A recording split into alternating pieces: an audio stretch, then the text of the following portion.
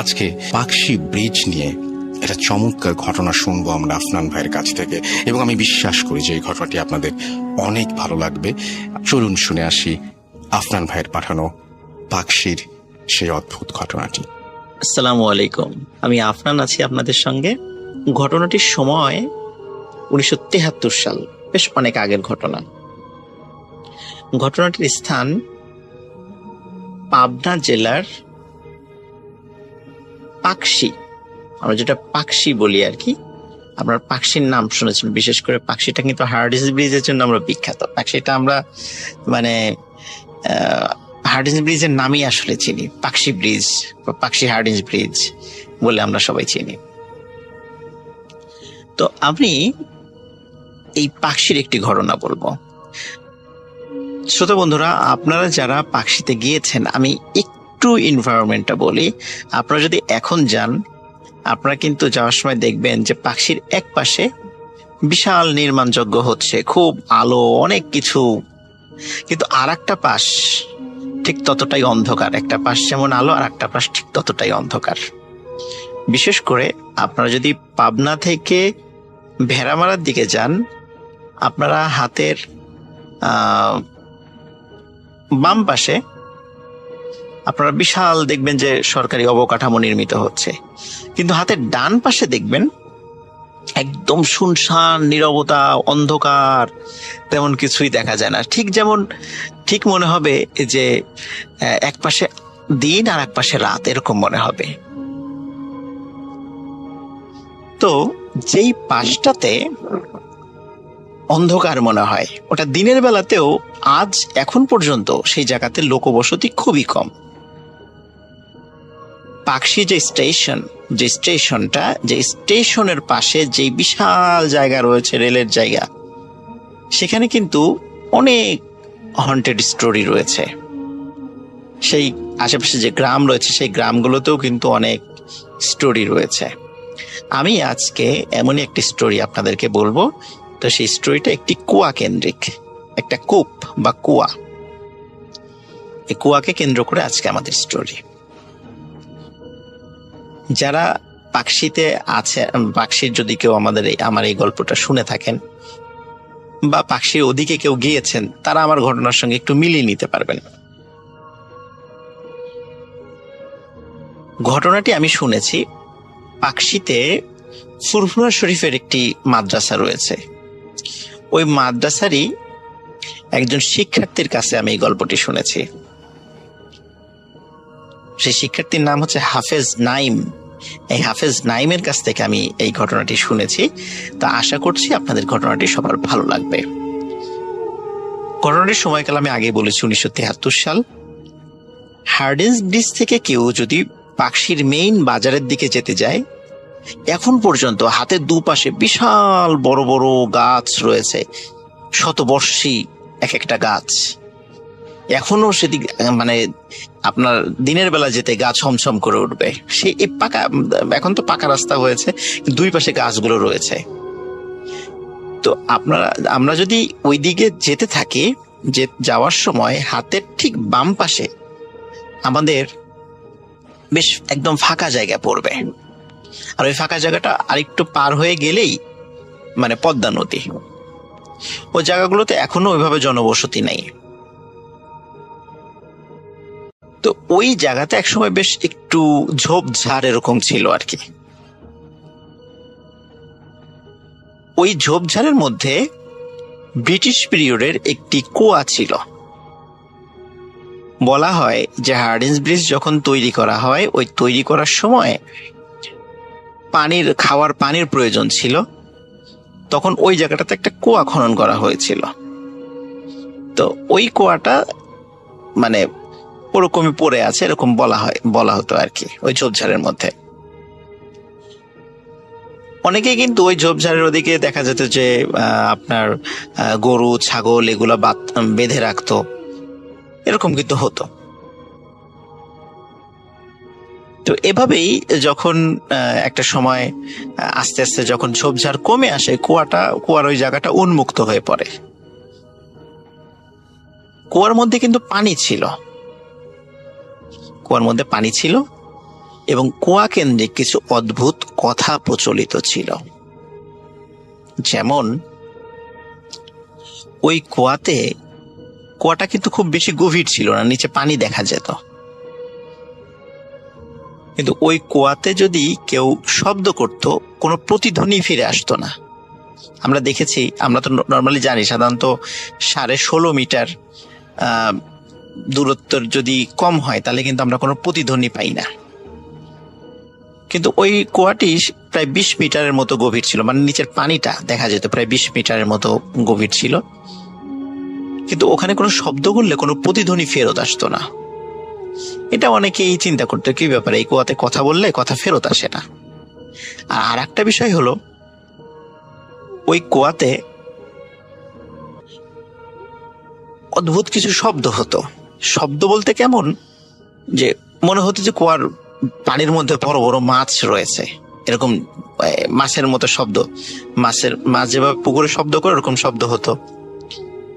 আর একটা বিষয় হতো, সেটা হচ্ছে যে কেউ যদি খুব মানে ভালো করে কুয়ার মধ্যে যদি কান পাততো, তখন ওর মধ্যে অসংখ্য মানুষের কথা বলার শব্দ শোনা যেত।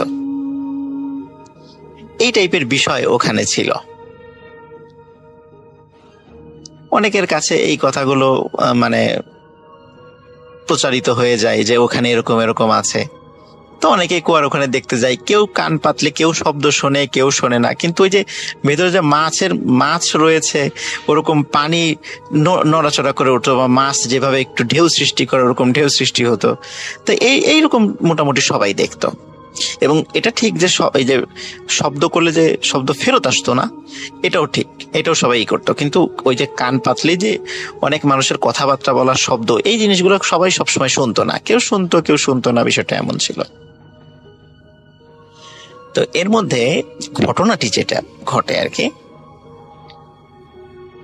তো এই ঘটনাটি যার সঙ্গে ঘটেছিল ওনার ছেলেকে ওই মানে মাদ্রাসায় ভর্তি করিয়েছিল। তো ওই ভর্তি করানোর পরে ওই ছেলের যে সহপাঠী, এই সহপাঠীর কাছ থেকে হাফেজ নাইমের কাছে গল্প করেছে যে আমার বাবার সাথে একটা ঘটনা ঘটেছিল। তো ওই ঘটনাটি বেসিক্যালি আমি সংগ্রহ করতে পেরেছি, সেটি আপনাদের সাথে এখন শেয়ার করছি।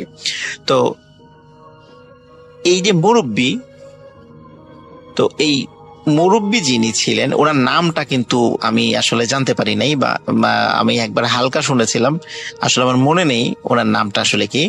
তো আপনারা একটা নাম মনে মনে চিন্তা করে নেন, যে চিন্তা করে নাম, ওনার নাম আব্দুল আলিম, এরকম একটা চিন্তা করে নেন, কারণ ওনার এক্সাক্ট নাম আমি আসলে আমার মনে নেই, বা আসলে ওইভাবে মানে মনে রাখার মতো করে শুনতেও পারি নাই। আর যিনি বলেছেন উনিও আসলে এক্সাক্ট নামটা আমাকে ওইভাবে বলতেও পারেননি, যার কারণে আসলে এই জন্য বললাম মনে নাই। আসলে কোনো মতে একটু ভাঙা ভাঙা বলেছিলেন।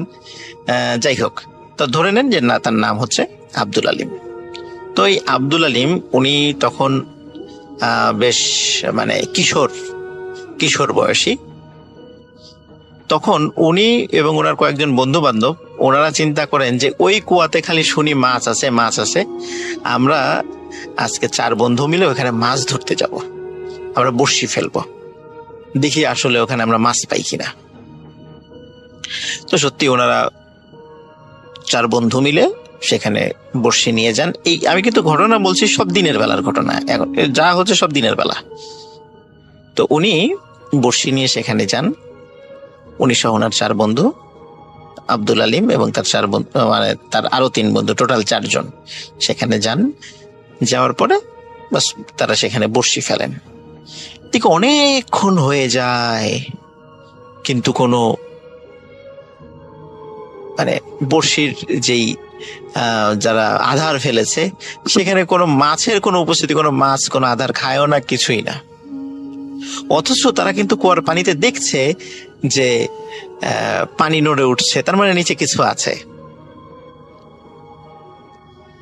এইভাবে যখন প্রায় 3 ঘন্টা, 3.5 ঘন্টা, 4 ঘন্টা হয়ে যায়, সবাই অধৈর্য হয়ে যায় যে ধুর, এখানে আসলে কিছুই নাই, নিচে মনে হয় ব্যাং ট্যাং আছে, বা ওই দূরে তো পদ্মা নদীর সাথে এই কুয়ার কোনো সংযোগ রয়েছে, যার কারণে এই পানিটা এইখানে চলে আসছে, এরকম তারা চিন্তা করে। আর যদি থেকেও থাকে কোনো ব্যাং ট্যাং এই টাইপের কিছু থাকতে পারে, এখানে কোনো মাছ নাই, মাছ থাকলে এতক্ষণে অবশ্যই আমাদের বড়শির ছিপে আমাদের টান পড়তো। এদিকে তিনজন অধৈর্য হয়ে বলে যে আমরা চলে যাব, কিন্তু আব্দুল আলিম উনি আর যেতে রাজি না। উনি বলে যে না, আজকে আমি দেখেই ছাড়বো আসলে মাছ এখানে আছে কিনা।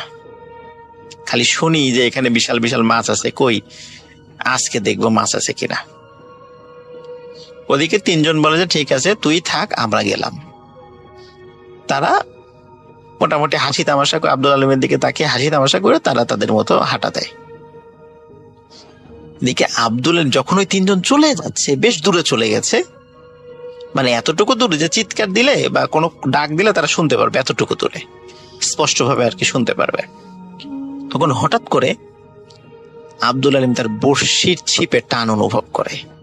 কিন্তু আব্দুল আলিম চিন্তা করে এখন যদি মাছ ধরি তাহলে তো আবার ওরা চলে আসবে, চলে আসলে তখন আবার দেখা গেল আমি মাছ পেলাম না, ওরা মাছ পাওয়া শুরু করলো। তখন আর উনি কিছু বলেন না, উনি কিছু বলে নাই। কিন্তু দেখা যাচ্ছে যে ওই ছিপের টানটা বেশ আস্তে আস্তে ভারী বা কঠিন হয়ে আসছে, এবং উনি কিছুতেই মানে ছিপটা উপর দিকে টেনে তুলতে পারছেন না। যখন টেনে তুলতে পারছে না, তখন সে চেষ্টা করছে, আপ্রাণ চেষ্টা করছে, কিন্তু টেনে তুলতে পারছে না। এদিকে কি হয়, তার যে তিন বন্ধু হঠাৎ করে ধপাস করে একটা জোরে শব্দ শোনে। ওরা বলে কি ব্যাপার, এত জোরে শব্দ হলো কিসে, পানির মধ্যে মানে কোনো জিনিস কি পড়লো। তাকিয়ে দেখে ওই কুয়ার কাছে আব্দুল আলিম নাই। তখন তিন বন্ধু চিন্তা করে কি ব্যাপার, এত জোরে শব্দ হলো, আব্দুল আলিমের মধ্যে পড়ে গেল। ওরা দৌড়ে ওই কুয়ার কাছে যায়। কুয়ার কাছে যাওয়ার পর দেখে যে ওইখানে বর্ষিও নাই, কিছুই না, আব্দুল আলিমও নাই। কিন্তু কুয়ার মধ্যে একটা অদ্ভুত জিনিস হচ্ছে। আমরা অনেক সময় নদীতে যে পাক সৃষ্টি হয় না, বা ঘূর্ণিঝড়ের মধ্যে যেটা সৃষ্টি হয়, ঠিক কুয়ার পানিতে ওইরকম ঘূর্ণিঝড়ের মতো সৃষ্টি হয়েছে, এরকম পাক সৃষ্টি হয়েছে। ওই তিনজনই বুঝতে পারে এটা কোনো স্বাভাবিক বিষয় নয়। তখন তারা চিৎকার চেঁচামেচি শুরু করে, এবং একজন ওখানে থাকে আর দুইজনকে বলে দৌড় দিয়ে যাও, আশেপাশে যত লোক আছে সবাইকে ডেকে নিয়ে আসো। তখন ওদের আর ভাগ্য ভালো, বেশি দূর যেতে হয়নি। দেখে যে একটা ভ্যান যাচ্ছে, ভ্যানে আবার কয়েকজন যাত্রী যাচ্ছে। ওই যাত্রীর মধ্যে একজন হুজুর টাইপের একজন লোক ছিলেন। তখন ওরা বলে যে আমার বন্ধু এই যে পানির মধ্যে পড়ে গেছে, দেখেন পানিতে কেমন হচ্ছে, পাক হচ্ছে, আপনারা একটু তাড়াতাড়ি আসেন, আমার বন্ধুকে উদ্ধার করতে হবে। তখন তারা সবাই দৌড়ে সেখানে চলে আসেন, কিন্তু কুয়ার ভিতরের অবস্থা দেখে কারো কিন্তু কোনো সাহস হয় না ওর মধ্যে নামার, কারণ পানি পাক খাচ্ছে। তো তখন ওই হুজুর টাইপের যিনি লোক ছিলেন, তখন উনি একটা কাজ করেন, সেটা হচ্ছে উনি একটি মাটির একটি টুকরা উঠান, শুকনা মাটির টুকরা, সেখানে একটু দোয়া পড়ে ওই টুকরাটি পানির মধ্যে ফেলে দেন। অদ্ভুত ব্যাপার, পানির মধ্যে ফেলে দেওয়ার সাথে সাথে কুয়ার পাক বন্ধ হয়ে যায়, এবং নিচ থেকে মানে পানির মধ্য থেকে হঠাৎ করে ওই আব্দুল আলিমকে মনে হলো কেউ যেন ছুঁড়ে বাইরে ফেলে দিল। মানে এমন ভাবে ছুঁড়ে ফেলেছে, সে উপরে এসে একদম কুয়ার উপরে এসে পড়েছে। তখন সে সেন্সলেস অবস্থায় ছিল, মানে তার পেটে অনেক পানি চলে গেছে। তাড়াতাড়ি তার পেট থেকে পানি বের করার ব্যবস্থা করা হলো, তার জ্ঞান ফিরল। তখন সবাই জিজ্ঞেস করলো কি হয়েছে। তখন বলল যে আমি মাছ ধরছিলাম, হঠাৎ করে বড়শিতে অনেক টান অনুভব করি। টান অনুভব করার পরেই হঠাৎ করে আমার মনে হলো কে যেন আমাকে পেছন থেকে ধাক্কা দিয়ে কুয়ার মধ্যে ফেলে দিল, এবং কুয়ার মধ্যে যখন আমি পড়ে যাই তখন দেখি সেখানে এক ভিন্ন জগৎ। সেখানে পানির মধ্যে দেখি অনেক মানুষ, সবারই মুখে দাড়ি, মাথায় পাগড়ি, এরকম অনেক মানুষ। এবং একজন আরেকজনকে বলা বলি করছে যে এ আমাদেরকে বিরক্ত করার জন্য কেন আসছে, বারবার বিরক্ত করছে, একে আর ছাড়া যাবে না। এরকম তারা বলা বলি করছে। কিন্তু হঠাৎ করে একটা বিশাল আকৃতির কিছু কুয়ার মধ্যে পড়লো, ওই আব্দুল আলিম বলছে। তখন ওই লোকদের মধ্যে একজন সর্দার ছিলেন, উনি বললেন যে ছেলেটাকে উপরে পাঠিয়ে দাও, আশা করি এরপরে এখানে আর কেউ আসবে না। তখন তাকে একজন ধরে উপরে ছুঁড়ে মারে। এইটুকুই আব্দুল আলমের মনে আছে, এই অদ্ভুত ঘটনাটা। এই যে একজন মুরব্বী, উনি একটা ছোট্ট একটা ঢিল সেখানে মেরেছিলেন, কিন্তু আব্দুল আলিম নিচে থাকা অবস্থায় সে দেখেছে বিশাল একটা ঢিলের মতো, পাথরের মতো নিচে পড়েছে। এবং সেটার কারণে একজন ওদের যে সর্দার টাইপের একজন আছেন, উনি বলে যে ছেলেটাকে উপরে পাঠিয়ে দাও। তো এতটুকুই তার মনে আছে। তখন এই ঘটনাটা আশেপাশে যখন ছড়িয়ে গেল যে এই কুয়াতে এই ধরনের অদ্ভুত বিষয় হয়, কারণ প্রথমত অদ্ভুত বিষয় ছিল সেখানে আওয়াজ করলে সে আওয়াজটা ফেরত আসতো না, সেখানে বড় টাইপের মাছ আছে এরকম শব্দ হতো, কিন্তু কেউ কখনো মাছ সেখানে শিকার করতে যায় নাই, কারণ সেখানে একটা ভয়ের ব্যাপার ছিল, ভয় পেত। এই 4 কিশোর যখন এই রহস্যটা উদ্ঘাটন করে, তখন ওই মুরব্বী বলে যে তোমরা একটা কাজ করো, গ্রামের কয়েকজন লোককে বলে তোমরা এই কুয়াটাকে বন্ধ করে দাও, কারণ এখানে যেন আর কেউ না আসে, কুয়াটা বন্ধ করে দাও। তখন গ্রামবাসীদের সম্মিলিত প্রচেষ্টায় ওই কুয়াটি স্থায়ীভাবে বন্ধ করে দেওয়া হয়। পরবর্তীতে ওটা একদম মাটির সঙ্গে মিশে গেছে, ওটার কোনো অস্তিত্ব এখন আর নাই। তো এখন ওখানে খুঁজলেও আর কোনো ওই কুয়াটার অস্তিত্ব পাওয়া যাবে না। তবে গ্রামের যারা প্রাচীন যারা আছে বা প্রবীণ যারা আছেন পাকশিতে, তো তারা হয়তোবা কুয়াটির অবস্থান বা কুয়াটির ইতিহাসটা অবশ্যই জানবেন। ইতিহাস বলতে এটির যে ঘটনাটা সেটা অবশ্যই জানবেন। তো এখানে একটা বিষয় বলে রাখা ভালো, স্পেশালি ওই জায়গাটা বা ওই জায়গা থেকে আরো বেশ কিছু জায়গা, যখন 2003 সালের দিকে লালন শাহ সেতু নির্মাণ কাজ শুরু হয়, তখন কিন্তু ওখানে যারা চাইনিজ যারা ওই সেতুটা তৈরি করতে আসে, এখন যারা পদ্মা সেতু তৈরি করছে, এই যে China major bridge engineering company, যেটা ওই লালন শাহ সেতু কিন্তু তারাই তৈরি করেছিল। তো ওরা যেটা করেছিল, ওরা কিন্তু ওই জায়গাটা বেশ পরিষ্কার করে নিয়ে ওরা ওখানে থাকার জন্য সুন্দর আবাসন তৈরি করেছিল। সেই আবাসন ব্যবস্থা কিন্তু এখনো সেখানে আছে, আপনারা যদি পাকশিতে যান এখনো সেটা দেখতে পাবেন। ওরা তো চলে গেছে, কিন্তু ওই জায়গাটা পুলিশ এবং আনসার ক্যাম্প হিসাবে ব্যবহৃত হয়। আপনারা যদি পাকশিতে যান এখনো সেই জায়গাটা দেখতে পাবেন, যে জায়গাটা এখন ওইভাবে ব্যবহৃত হচ্ছে। তো ওরা ওইভাবে আরো সুন্দর করে পরিষ্কার করে ফেলেছে। এখন কুয়ার কোনো ধরনের কোনো অস্তিত্ব এখন আর নাকি বোঝার কোনো উপায়ই নাই, আগেও ছিল না, এখন তো আরো নাই। তো এটি ছিল ঘটনা। আশা করি সবার ভালো লেগেছে। সবাই ভালো থাকবেন, সুস্থ থাকবেন। আসসালামু আলাইকুম। আমরা চলে যাব আমাদের পরবর্তী অতিথির কাছে। আপনার নামটা প্লিজ একটু বলবেন, আপনি কোথা থেকে এসেছেন সেটা বলবেন, তারপরে আপনার ঘটনায় যাব। আমি আরমান হোসেন, আমি এসেছি ধানমন্ডি থেকে। তো আমার সাথে ঘটে যাওয়া আরেকটা ঘটনা আমি শেয়ার করছি। এটা সম্পূর্ণ আমার সাথে ঘটে যাওয়া ঘটনা। ঘটনাটি অনেক আগের, তখন আমি ক্লাস 8 কি 9-এ পড়ি। তো তখন ছিল রমজান মাস। তো রমজান মাসের সময় আমরা সেহরির জন্য উঠি। আমার ঘরে আমার মা আর আমরা 2 ভাই ছিলাম, আর একটা ছোট বোন ছিল। তো আম্মু অনেক জোর করে আমাদেরকে আসলে আমরা ঘুমাইতে চাচ্ছিলাম, সেহরি করে ঘুমিয়ে যেতে চাচ্ছিলাম। তো তখন আম্মু বলে যে যা তোরা নামাজ পড়ে আয়। তো নামাজ পড়তে যাওয়ার আমাদের অনেক দেরি হয়ে গেছে। তখন প্রায় জামাত শেষ হয়ে গেছে, সব মুসল্লিরা বাসায় ব্যাক করে ফেলেছে। তো মসজিদে কেউ ছিল না, বাট মসজিদের লাইটটা জ্বালানো ছিল। আমি একটু উল্লেখ করে রাখি যে মানে আমাদের বাড়ির সামনে যে মসজিদটা ছিল, মসজিদটার ইলেকট্রিসিটি অপারেট হতো একটা ঘর থেকে, যে ওই ঘর থেকে আপনি চাইলে মসজিদের সব ইলেকট্রিসিটি অফ করে দিতে পারবেন। তো আমি আসলে মসজিদে যাই আমার ছোট ভাইকে নিয়ে। তো ছোট ভাই অনেক ছোট ছিল, ক্লাস 2-তে আর 3-তে এরকম পড়ে। তো আমরা মসজিদে যাওয়ার পরে আমি অজু টজু করি। আমার ছোট ভাইও তখন অত কিছু বুঝে না, আমার সাথে অজু টজু করে নামাজ পড়তে আসে। তখন আমি 2 রাকাত পড়ার পরে সেকেন্ড 2 রাকাত পড়ার সময় হঠাৎ করে ওই ঘর থেকে মসজিদের সব ইলেকট্রিসিটি বন্ধ করে দেওয়া হয়। লাইক এখন তো কেউ নামাজ পড়বে না, এই জন্য মসজিদের লাইট জ্বালায় রাখাটা আসলে ঠিক হবে না, এই জন্য হয়তো বা বন্ধ করে দেওয়া হয়। তো আমি অন্ধকারের ভিতরেই নামাজটা শেষ করি। তখন হচ্ছে মানে সেহরির পরে সূর্য উঠতে একটু দেরি হতো, একটু সময় নিত।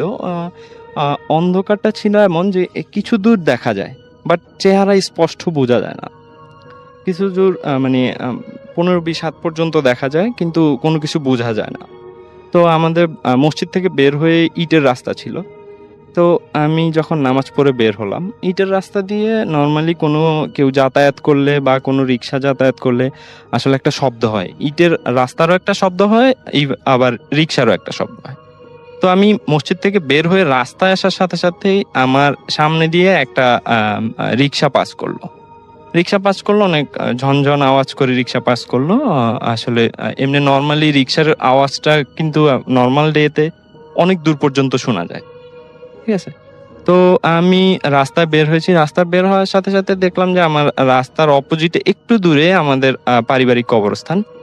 তো কবরস্থানের ওইখানে কেউ একজন দাঁড়িয়ে কবরের দেয়ালের মধ্যে হাত রেখে কান্না করতেছে। তো আমি আসলে তখন আমার কোনো সেন্স কাজ করে না যে আমি কি করতেছি বা আমি কি করব, এরকম কোনো সেন্স কাজ করে না। আমার ছোট ভাই আমার পিছনে ছিল।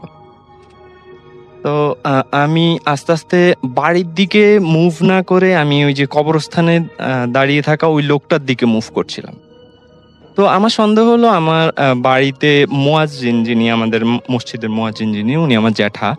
তো আমি সন্দেহ করছি যে হয়তোবা আমার জ্যাঠা হবে, উনি কবর জিয়ারত করে হয়তোবা দোয়া টোয়া করতেছে। অনেক সময় দেখা যায় যে দোয়ার সময় মানুষ কান্না টান্না করে, এরকম।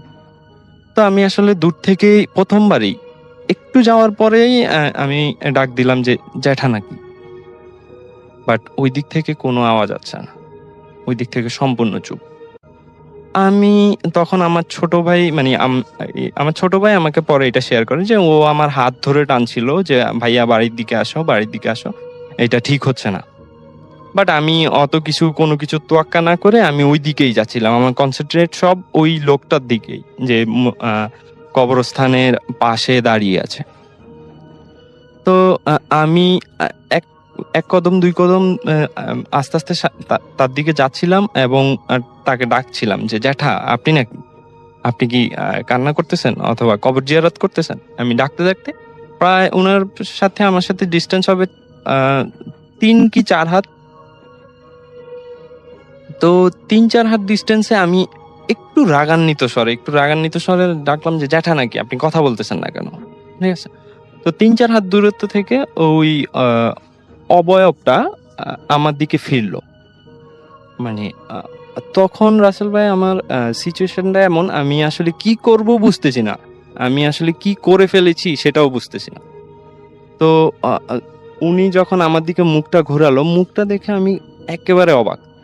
মুখটার এক্সপ্রেশন আমি কিভাবে দিব, মানে কারো মুখ যদি আগুনে জ্বলে যাওয়ার পরে যেই পোড়া মাংসগুলো নিচের দিকে ঝুলে থাকে, বা চেহারাটা অবিকল তেমন, মানে মনে হচ্ছে যে তার চেহারাটা যেন কেউ একজন ঝলসে দিয়েছে, ব্যাপারটা এরকম। তো আমি আসলে খুবই খুবই ভয় পেয়ে যাই। আমি পরে জাস্ট আমার মনে আছে যে আমি আরেকবার বলছিলাম যে আপনি জ্যাঠা না। তো এইটার পরে আসলে আমি আর নিজেকে ধরে রাখতে পারি নাই, আমি সেন্সলেস হয়ে পড়ে যাই। তো পরে 3 ঘন্টা পর আমার জ্ঞান আসে, আমার কাকা আর কি আমাকে সেখান থেকে নিয়ে আসে। পরে আমি জ্ঞান আসার পরে কাকাকে জিজ্ঞেস করলাম, কাকা বললো যে তুমি কবরস্থানের সামনে শুয়েছিলাম, সেন্সলেস অবস্থায় পড়েছিলাম, আমরা তোমাকে সেখান থেকে নিয়ে আসছি। এবং আমার ছোট ভাই বলে যে তুমি মসজিদ থেকে বের হওয়ার পরেই তোমার সেন্স ছিল না, তুমি আসলে আমি বাড়ির দিকে টানতেছিলাম তোমাকে, তুমি আমার দিকে আসতেছিল না, তুমি কবরস্থানের দিকে যাচ্ছিলা। এই ছিল আমার ঘটনা। ধন্যবাদ আপনাকে। আমরা চলে যাব আমাদের পরবর্তী অতিথির কাছে। আপনার নামটা প্লিজ একটু বলবেন, আপনি কোথা থেকে এসেছেন সেটা বলবেন, তারপরে আপনার ঘটনায় যাব। আমরা চলে যাব এখন একটা অডিও ক্লিপে, এবং সেই অডিও ক্লিপটা শুনে আসবো, তারপরে আবারও ফিরে আসবো। সেই পর্যন্ত আমার সঙ্গেই থাকুন। আসসালামু আলাইকুম রাসেল ভাই, আমি আশিক মোহাম্মদ। আমার জীবনে ঘটে যাওয়া একটা ঘটনা আজকে শেয়ার করব। আমার বাসা রাজশাহীতে, এবং নাগরীর মেহেরচণ্ডী পূর্বপাড়া এলাকায়। ঘটনার পর থেকে আমার জীবন প্রশ্নবিদ্ধ। আমি জানি না বেঁচে আছি না মরে আছি, আমি কি সুস্থ একজন মানুষ না অস্বাভাবিক নাকি একেবারে ভারসাম্যহীন, আমি নিজে জানি না আমি কেমন।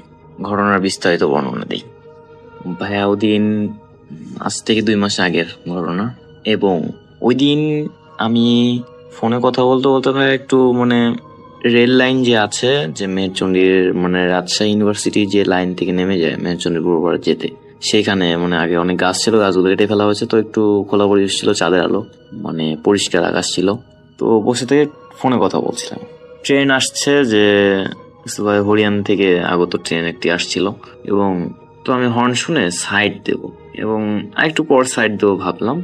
যখন উঠি, ট্রেনটা যখন আসে, একেবারে নাগাল থেকে, আমার থেকে প্রায় 50 মিটার দূর আছে, এমন আমি উঠিতে কিছু একটা আমার পা টেনে ধরে।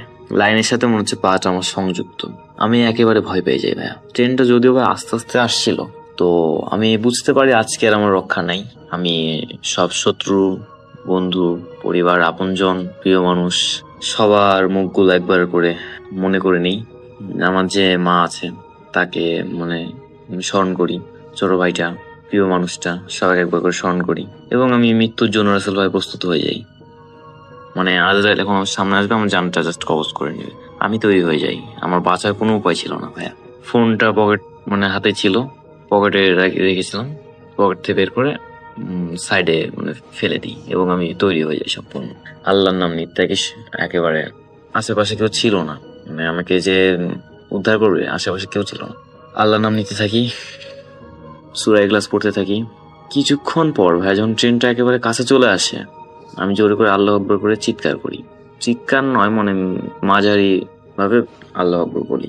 তো যখন আল্লাহ আকবর বলি, ট্রেনটা কেন যেন আমার শরীরের ভেতর দিয়ে আসলে চলে যায়, এবং আমি নিজেকে বিশ্বাস করতে পারি না। আমি ভাবি যে আমি আর বেঁচে নেই, আমাকে কবরে শোয়ানো হবে, অনেক মানুষ আসবে, কান্নাকাটি হবে, আমি দেখবো সবাইকে।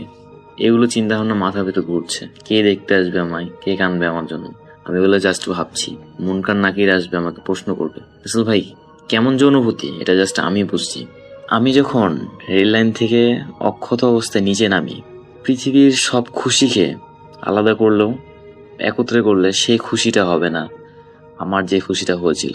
মৃত্যুর মুখ থেকে বেঁচে আসার যে এতটা আনন্দ, সেদিন আমি বুঝেছিলাম ভাইয়া, আমি জীবনকে আসলে আগের থেকে অনেক আরো বেশি ভালোবাসি, নিজের জীবনকে, সেদিনের পর থেকে। এবং কি হয়েছিল আমার সাথে আমি জানি না। বাসায় গিয়ে কোনো কিছু না বলে বমি করে দিই, এবং আসলে অসুস্থ হয়ে পড়ি, ঘুমিয়ে যাই। ঘুমের ট্যাবলেট 4টা খেয়েছিলাম, ঘুমিয়ে যাই। সকালবেলা উঠে বাইরে বের হই, আর রাসেল ভাই একটা অদ্ভুত ঘটনা আমার সাথে ঘটতে থাকে।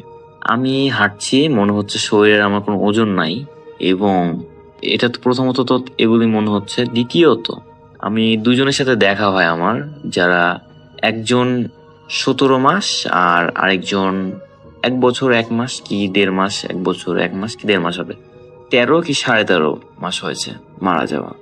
2জনকে আমি দেখি, আমি নিজের চোখে বিশ্বাস করতে পারি না। আমি একটু ভয় পেয়ে যাই রাসেল ভাই। ঘটনার আকস্মিকতা, একটু ভয় পাওয়ারই কথা। ভয় পেয়ে যাই, নিজেকে বিষয়টা নিশ্চিত হওয়ার জন্য একটু ঠান্ডা পানি চোখে ছিটা দিই। আমি দেখছি না, সত্যি আসলে রাসেল ভাই আমি দেখছি, এবং শুধু তাদের 2জনকে নয়, সম্প্রতি যারা মারা গিয়েছে 2 বছর 3 বছরের মধ্যে, আমি সবাইকে দেখছি। এবং তারা যাওয়া আসা করছে, চলাফেরা করছে, জীবিত মানুষের মধ্যে দিয়েই তারা যাওয়া আসা করছে। তারা কোনো প্রকার বাধা বিপত্তিতে যাচ্ছে না, তারা দেওয়ালের মধ্যে দিয়ে ঢুকে যেতে পারছে, বা তাদেরকে গাছ বা তাদের কোনো প্রতিবন্ধকতা নেই, তারা যেখানে সেখানে যেতে পারছে। নিজেকে অসহায় মনে হচ্ছিল, পাগল মনে হচ্ছিল, কি করব বুঝতে পারছি না। আমাকে ধীরে ধীরে ধীরে ধীরে বিষণ্ণতা গ্রাস করছিল, আমি কি করব বুঝতে পারছিলাম না ভাইয়া। এক পর্যায়ে আমি পরিবারের সাথে শেয়ার করি, যদিও একটু বকা খেতে হয়েছে। তো এক হুজুরের শরণাপন্ন হই। তো তিনি যা ব্যাখ্যা দেন যে সেদিন আমাকে কোনো জিন বাঁচিয়ে দিয়েছে, এবং বর্তমানে আমি যেগুলো দেখছি সেগুলো জিনেরই কাজ। সে আমাকে এটা বোধ করাতে চায় যে মৃত মানুষ জীবিত মানুষের মধ্যে তফাৎ কি, বা মৃত মানুষরা আসলে কেমন ভাবে জীবনযাপন করে। আমাকে সেটা নাকি বোঝাতে চায়। আসল ভাই বিষয়টা যদিও আমার কাছে প্রথম প্রথম ভয়ঙ্কর লাগতো, এখন আমি এই বিষয়টার সাথে ধীরে ধীরে ইউজ টু হয়ে যাচ্ছি। এবং দোয়া করবেন, বিষয়টা যদিও আগে থেকে একটু উন্নত হয়েছে, আমি তাদেরকে এখন খুব একটা দেখি না। ঘটনা রেকর্ড করার কিছুক্ষণ আগেও বাইরে থেকে দেখে আসলাম একজনকে। এগুলো আর না বলি ভাইয়া, একেবারে মানে এগুলো বলতেও ভালো লাগে না। রাসেল ভাই, ভূত এফএম দীর্ঘজীবী হোক, আপনারও দীর্ঘায়ু কামনা করি। সবাইকে আমার সালাম, আসসালামু আলাইকুম। আমরা চলে যাব আমাদের পরবর্তী অতিথির কাছে। আপনার নামটা প্লিজ একটু বলবেন, আপনি কোথা থেকে এসেছেন সেটা বলবেন, তারপরে আপনার ঘটনায় যাব। আমি মৃণাল কান্তি সেন। আমি যে ঘটনাটি বলবো সেটি আমার নিজ জেলার ঘটনা, এবং কি যার সাথে ঘটনাটি ঘটেছে তার বাসা আমাদের বাসা থেকে 100 গজের বেশি হবে না। সম্পর্কে উনি আমার ফুপু হন। ঘটনার সময়টা ছিল 2005। আপনারা ভাবছেন আমি হিন্দু হওয়া সত্ত্বেও কেন ফুপু বলছি, কারণ আমাদের হিন্দু গ্রামে শুধু ওনারাই একমাত্র মুসলিম ছিলেন। আমাদের মধ্যে ভেদাভেদ ছিল না বিধায় পরিবারের মতোই থাকতাম। ফুপুর নাম নিচ্ছি না, আমাদের এলাকায় যদি আমি নিয়ে ফেলি তাহলে কেউ চিনে ফেলতে পারে। ঘটনায় যাই। উনি ছিলেন বিধবা, ওনার একটা ছেলে ছিল। যখন ওনার ছেলের বয়স 5, তখন তার স্বামী তার এই ফুপুকে সহ বাবার বাড়ি থেকে পলায়ন করেন এবং আর কখনো সেই বাবার বাড়িতে ফেরেননি। তো বাবার কিছু ধানি জমি ছিল, বর্গা চাষ করে মা ছেলের ছোট্ট সংসার চালাতেন। তো বাড়ির বর্ণনা দিতে গেলে এরকম যে ছোট একটি পরিবারের বাবা মা, ফুপুর ছেলে ঘর এক ঘর, এবং বড় ভাইয়ের এক ঘর, ছোট ভাইয়ের এক ঘর এবং ফুপুর আলাদা ঘর। পূর্ব পশ্চিম দক্ষিণ দিকে ধানি জমি, অনেক দূর পর্যন্ত ফাঁকা, উত্তরে আমাদের হিন্দু গ্রাম। যে সময়ের ঘটনা, সময়টা ছিল আমন ধানের সিজনের শেষের দিকে। আপনারা জানেন ধান কেটে বাড়ি এনে সিদ্ধ করে শুকাতে হয়। তার রাতে তার বড় ভাবি সহ ধান সিদ্ধ করেন সকালে শুকানোর উদ্দেশ্য করে। পরের দিন সকালে ধান শুকাতে হবে মাটির রাস্তায়। তো আপনারা জানেন যারা গ্রামের রাস্তায় সচরাচর অনেক গ্রামের রাস্তাই মাটির। তো সকালে রাস্তা আগে দখল করার জন্য ফুপুর ভাবি মানে আমার চাচি ঝাড়ু নিয়ে আগে ভাগেই রাস্তা, এরকম 2005 সালের দিকে পাকা রোড হওয়ার, তখন পাকা রোড ছিল না, তো চাচি রাস্তা ঝাড় দিচ্ছেন। তারা ধান শুকাবেন আর কি। তো রোদ একটু বেশি হলে সিদ্ধ করা ধান নিয়ে যাওয়ার উদ্দেশ্য তাদের। সকাল 9টার দিকে ফুপু ধান ডেলি করে নিয়ে সেখানে নিয়ে যান। গিয়ে দেখেন রাস্তায় ধুলা গাছের পাতা যেমন ছিল তেমন পড়ে আছে। তো ফুপু বাড়ি গিয়ে চাচির সাথে বকাবকি করে আবার নিজেই ঝাড়ু নিয়ে রাস্তা পরিষ্কার করার উদ্দেশ্যে যান। রাস্তার ঝাড় দেওয়ার শেষ পর্যায়ে সোনার একটা নাক ফুল পরে থাকতে দেখেন তিনি। তো ওনার ভাবি যেহেতু আগে এসে ঝাড়ু দিয়ে গেছেন, তো ফুপু ভাবেন এটা হয়তো তার ভাবির হবে, নাক থেকে খুলে পড়েছে, খেয়াল করেনি। এই ভেবে তুলে নেন যে খাওয়া নিয়ে পরে দিয়ে আসবো। তো কাজে কাজে দিন যায়, এরই মাঝে ফুপু খেয়াল করে যে ওনার ভাবির নাকে ফুল ঠিকই আছে। তো উনি ব্যাপারটা চেপে যান, তো অন্য মানুষও হতে পারে, কারোর সাথে শেয়ার করেন না। তো কয়েক বছর পর হঠাৎ করে সেই নাকের ফুলের কথা মনে পড়ে। কি করবেন ভেবে না পেয়ে ওনার ভাবিকে বলেন যে মহিলা মানুষ যেহেতু লোভ সামলাতে পারে নাই, তো অনেক কথাবার্তার পর এক পর্যায়ে উনি নিজেই সেই নাক ফুলটা তার নিজের নাকে পরে নেন।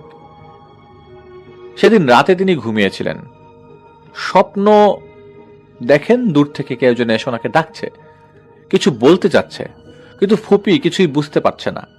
দুঃস্বপ্ন ভেবে ভুলে যান। কয়েকদিন পর পর এই একই রকম স্বপ্ন দেখেন, শেয়ার করছিলেন না কারোর সাথে। বারবার দুঃস্বপ্ন ভেবে ভোলার চেষ্টা করেন আর ব্যাপারটা বারবার চেপে যান। এবার আর দূরে থেকে নয়, একেবারেই সামনে এসে কিছু বলতে চাচ্ছেন। কিছু সময় কেটে যাবার পর হঠাৎ করেই ফুপুর হাতটি ধরেন, বলেন চলো আমরা চলে যাই, তোমাকে আর কষ্ট করতে হবে না। ফুপু ভয় পেয়ে হাত ছাড়ানোর সময় ধস্তাধস্তি করেন এবং এক পর্যায়ে ঘুম ভেঙে যায়। এভাবে কিছুদিন স্বপ্নের মাঝে বিরক্ত করবার পর একদিন ফুপু রাতের খাবার খেয়ে ঘুমিয়েছিলেন। ঘুম আসবে আসবে ভাব এমন সময় ঘরে কারোর উপস্থিতি তিনি অনুভব করছিলেন। ফুপু এক চোখ খুলে দেখার চেষ্টা করেন। অন্ধকারেই দেখেন মানুষের মতো একটা অবয়ব দেখা যাচ্ছে। চোর ভেবে চিৎকার করবেন, কিন্তু কোনোভাবেই চেষ্টা করে তিনি গলা থেকে শব্দ বের করতে পারছিলেন না। অনেক চেষ্টা করেও নড়াচড়া করতে পারছিলেন না। বাধ্য হয়ে কলিজা ভরা ভয় নিয়ে চুপ হয়ে পড়ে রইলেন আর দেখতে লাগলেন কি হতে চলছে। এই মানুষরূপী অবয়বটা আস্তে আস্তে ফুপুর কাছে এসে বিছানায় বসেন আর ফুপুকে বলছেন, দেখো তো আমাকে চিনতে পারা যায় কিনা। ঠিক তখনই কোথা থেকে যেন এক ঝলক উজ্জ্বল আলোর আলোর রশ্মি সেই অবয়বটার উপর পড়ে। ফুপু দেখে স্বপ্নের দেখা সেই অবয়বটা। ফুপু একটু সাহস করে বলে, তোমার, এখানে ওনাদের ভাষায় বলে যে, কাই তোমার স্বপনত আসি ভয় দেখান, এবার সামানত সামনত আসলে কেমনে করি, মুই ভয় পাবার লাগছ, মুই তোমার কি ক্ষতি করছি, তোমরা যাও আর তোমাকে ভয় দেখান না। মানে এরকম ভাবে তাদের আঞ্চলিক ভাষায় বলে, আমি তোমার কোনো ক্ষতি করি নাই, তুমি কেন এখানে এসছো। তো অবয়বটা ফুপুর নাম ধরে বলেন, আরে ভয় পাচ্ছ কেন, আমাকে চেনো না, তোমাকে না স্বপ্নে দেখা দিই প্রতিদিন প্রায় সময়। ফু বলেন, কি ক্ষতি করেছি তোমার, আমার সাথে এমন করছো কেন, তোমাকে তো আমি চিনি না, আমাকে বিরক্ত করো না, নইলে কিন্তু আমি আমার ভাইকে ডাকবো।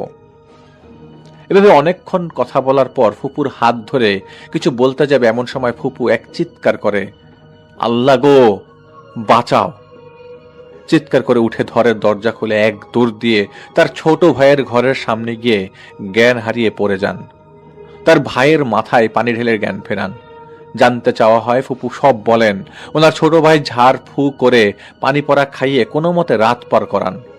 সে রাতে ফুপুর ঘরে তার ছোট ভাই ঘুমান, আর ফুপু শুয়ে থাকেন তার বড় ভাবির সাথে। সারা রাতেই আর ঘুমান না ভয়ে। পরের দিন সব সময় ফুপুর কাছে মনে হতে থাকে চারিদিকে অনেকগুলা চোখ তাকে দেখছে, তেমন কোনো সমস্যা হচ্ছে না। পরের দিন এক বড় হুজুরের কাছ থেকে তেল পড়া পানি পড়া এনে সেই রাতেই তিনি সেগুলোর ইউজ করে ঘুমিয়ে পড়েন। কোনো সমস্যা হবে না এই ভেবে, কিন্তু ঘুম ভাঙে শরীরে কেমন একটা সুরসুরির অনুভূতি পেয়ে। উঠে দেখেন পায়ে হাতে গলায় পিঁপড়া হেঁটে বেড়াচ্ছে, কিন্তু আশ্চর্যের বিষয়টা হলো একটা মশাও কামড়ায় নেই।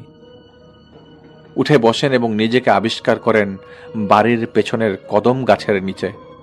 তখন ফজরের আজান হচ্ছে, হালকা হালকা আলো ফুটছে।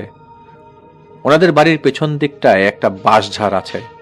বাঁশঝাড়ের মাঝখানে বড় একটি কদম গাছ ছিল।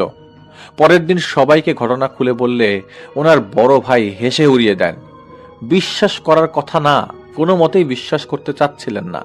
বারবার হেসে উড়িয়ে দেন, গালি দেন। ওই অবয়বটার উদ্দেশ্যে সেদিন ফুপুর শরীরে ওই অবয়বটা এসে ভর করে বলেন, ফুপুর নাম ধরে, অমুক, তোর ভাই অমুক আমাকে বিশ্বাস করে না, আমাকে গালি দেয়, আমি তোর ভাইকে ছাড়বো না, এই বলে দিলাম। তখন ফুপুর ছোট ভাই ছিলেন মাদ্রাসার শিক্ষক। উনি ওনার মতো করে ফুপুর ভেতর থাকা অবয়বটাকে শান্ত করার চেষ্টা করেন। এক পর্যায়ে শান্ত হয়ে চলে যায়, কিন্তু আগেও অনেকবার ফু দিয়েছেন, কিন্তু কোনো লাভ হয়নি, উল্টা ওনার ক্ষতি হয়েছে। যাই হোক, পরের দিন বিকালে কবিরাজ একজন নিয়ে আসা হয়।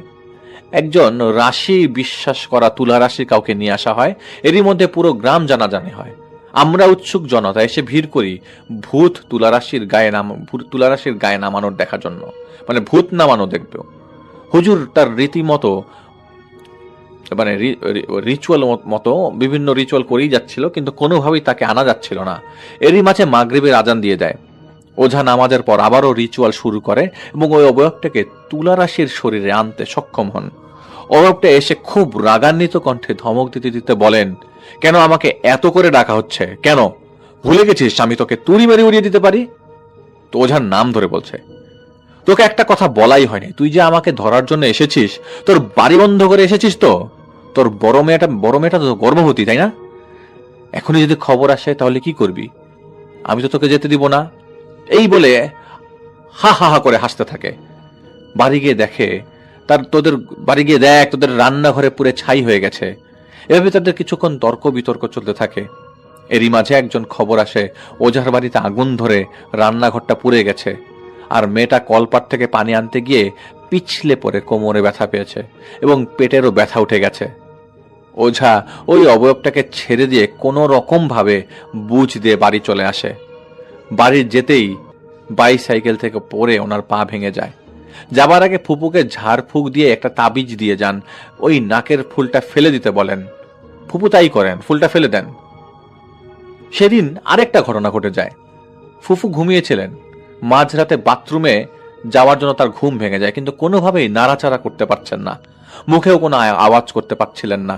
ওনার ভাবিকেও ডাকতে সাহস পাচ্ছে না, শব্দ আসছে না। অনুভব করেন ঘরে কেউ আছেন, এবার একজন না অনেকজনই তার দিকে আফসোসের ভঙ্গিতে তাকিয়ে আছে। অবয়বটা হঠাৎ চেঁচিয়ে ওঠে, অমুক তোর এত সাহস কি করে হয়? মানে তার ফুপির নাম নিয়ে বলছে, তোর এত সাহস কি করে হয়? তোকে কি নাকের ফুল ফেলে দিতে হয়েছে, ফেলে দিতে দিয়েছি, তাও আবার পচা পানিতে? এই বলে কষে কয়েকটা গালে ও পিঠে চর থাপ্পড় মেরে ডান হাত দিয়ে মাথা ঠেসে ধরে কনুয়ে কামড় বসিয়ে এক পর্যায়ে ঘাড় বাম দিক দিয়ে ঘুরিয়ে দিয়ে চলে যান। যাবার সময় বলে, নাকের ফুলটা টেবিলের উপর রেখে গেলাম, আর যেন ফেলা না হয়। আর ওঝা আমার কিছু করতে পারবে না, সুতরাং যা বলি শোন, বিয়ের জন্য মানসিকভাবে প্রস্তুতি নে। এই বলে ওই অবয়বটা চলে যায়। ফুপু যেহেতু বাম কাতে শুয়েছিলেন, পরের দিন ঘাড় সোজা করতে পারছিলেন না, ডান হাতের কনুয়ে পশুর মতো কামড়ের থেতলানো কাটা দাগ। সেদিনই আবার আরেক হুজুরকে দেখানো হয়। সব শোনেন, তেল পোড়া দিয়ে কোনো রকম ঘাড় সোজা করে দেন। এদিকে ফুপুর খুব অবস্থা ভালো ছিল না, শুকিয়ে একবারে কঙ্কালের মতো হয়ে গেছিল তার শরীর। হুজুর আজই একটা বিহিত করেন যে একজন তুলা রাশির খোঁজ নেন, আবারও রাশি আনা হয় এবং তাকে সেই অবয়বকে হাজির করা হয়। অবয়বটার সাথে তুমুল তর্ক বিতর্ক করার পর হুজুর জিজ্ঞেস করে, নাম কি? উত্তরে বলেন, শাহ কবির। কোথায় থাকা হয়? বলে, পাশের মসজিদে।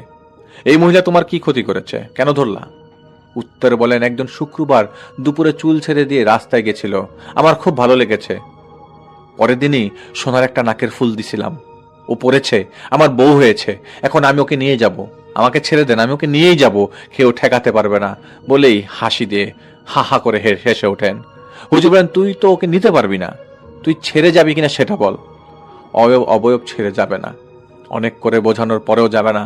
অবশেষে কাঁচা বাঁশের কঞ্চি আনা হয় এবং তুলারাশির ছায়ায় মারতে আরম্ভ করা হয়। মার পড়ার সাথে সাথেই সে কি অসম্ভব চিৎকার! অনেক কাকুতি মিনতি করে ফুপুকে ছেড়ে যাবার কথা স্বীকার করেন।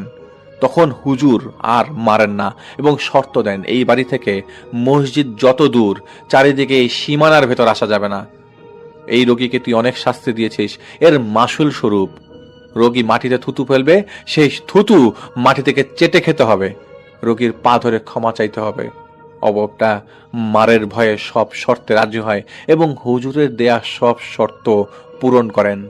শেষে অবয়বটা একটা আবদার করে বসে, এক দরে কেনা 3টা গরু ভোগ স্বরূপ দিতে হবে, না হলে ছেড়ে তো যাবই না, উল্টো ফুপুর জীবন নিয়ে সংশয় পড়বে। হুজুর অনেক বুঝিয়ে বলেন, এরা গরিব, এত টাকা পাওয়া সম্ভব না। ঠিক আছে, তুই আবদার করেছিস যখন, তোকে 3টা মুরগি দেওয়া হবে, এটা নিয়ে খুশি থাক। অনেক কষাকষির পর একটা মুরগি আর 2টো ছাগলে রাজি হয়। অবয়বের কথা মতো এক দরে কেনা একটা কালো মোরগ এবং 2টো কালো ছাগল রাত 12টার পর 3 রাস্তার মোড়ে বেঁধে রাখা আসা হয়। পরের দিন ধানি জমির ফাঁকা মাঠে চামড়ার কিছু অংশ আর হাড় পড়ে থাকতে দেখা যায়।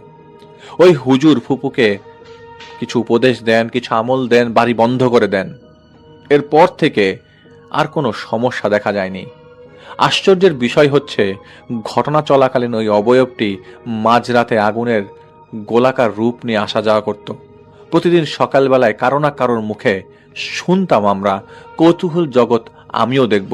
আমি কি করতাম, মাঝরাতে জেগে টিনের বেড়ায় ফুটো দিয়ে চোখ লাগিয়ে দেখতাম ওই কদম গাছের নিকে কিছু দেখা যায় কিনা, কিন্তু আজ পর্যন্ত আমার চোখে কিছু পড়েনি। বড় চাচারও কোনো ক্ষতি হয়নি।